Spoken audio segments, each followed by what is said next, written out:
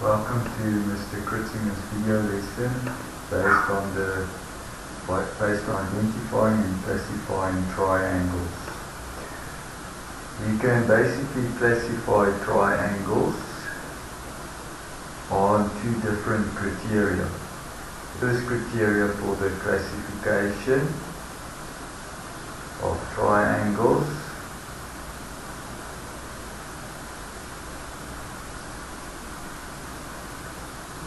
is based on the lengths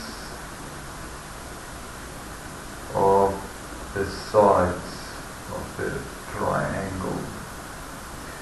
We know a triangle has three sides, so it's a polygon with three sides. First of all, we have the scenario where none of the sides are the same length. So we have 1, 2, 3 different side lengths. Triangles that have 3 different side lengths we call scale-line triangles. The next scenario is where we have a triangle where 2 of the sides have the same length. So these 2 sides are the same length, but the third side is a different length. We call triangles like that. As this property, isosceles triangles.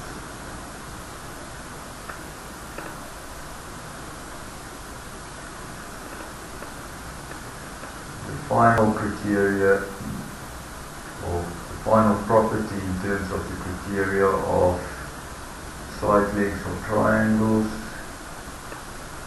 is when all the sides are of the same length.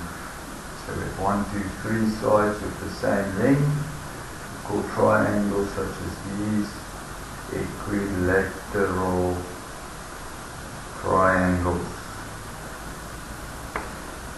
The next criteria for classifying triangles is to look in fact at the size of the angles. When it comes to the size of the angles of the triangle, we again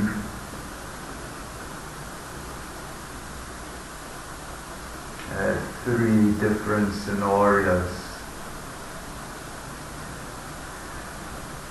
The one scenario is where one of the angles are 90 degrees. In this case we call it a right angle triangle. Then we can have the scenario where all the sides, or all the angles rather, have different sizes. But what is important is that all the sizes or all the angles are sharp angles. So in that case we call it an acute angle triangle. And in the third scenario is where we have one angle that is big and fat, more than 90 degrees. So as soon as we have an angle that is greater than 90 degrees, then it is classified as an obtuse angled triangle. There is also a direct correlation between the sides of a triangle, or rather the length of the sides of the triangle, and the angle size. So the largest angle, let's say angle 1 is the largest angle because it's opposite to the longest side, and the smallest angle, let's call this angle 2, is opposite to the shortest side, and the third angle would be in between, so it's not the longest side nor the shortest side, that is opposite to the angle.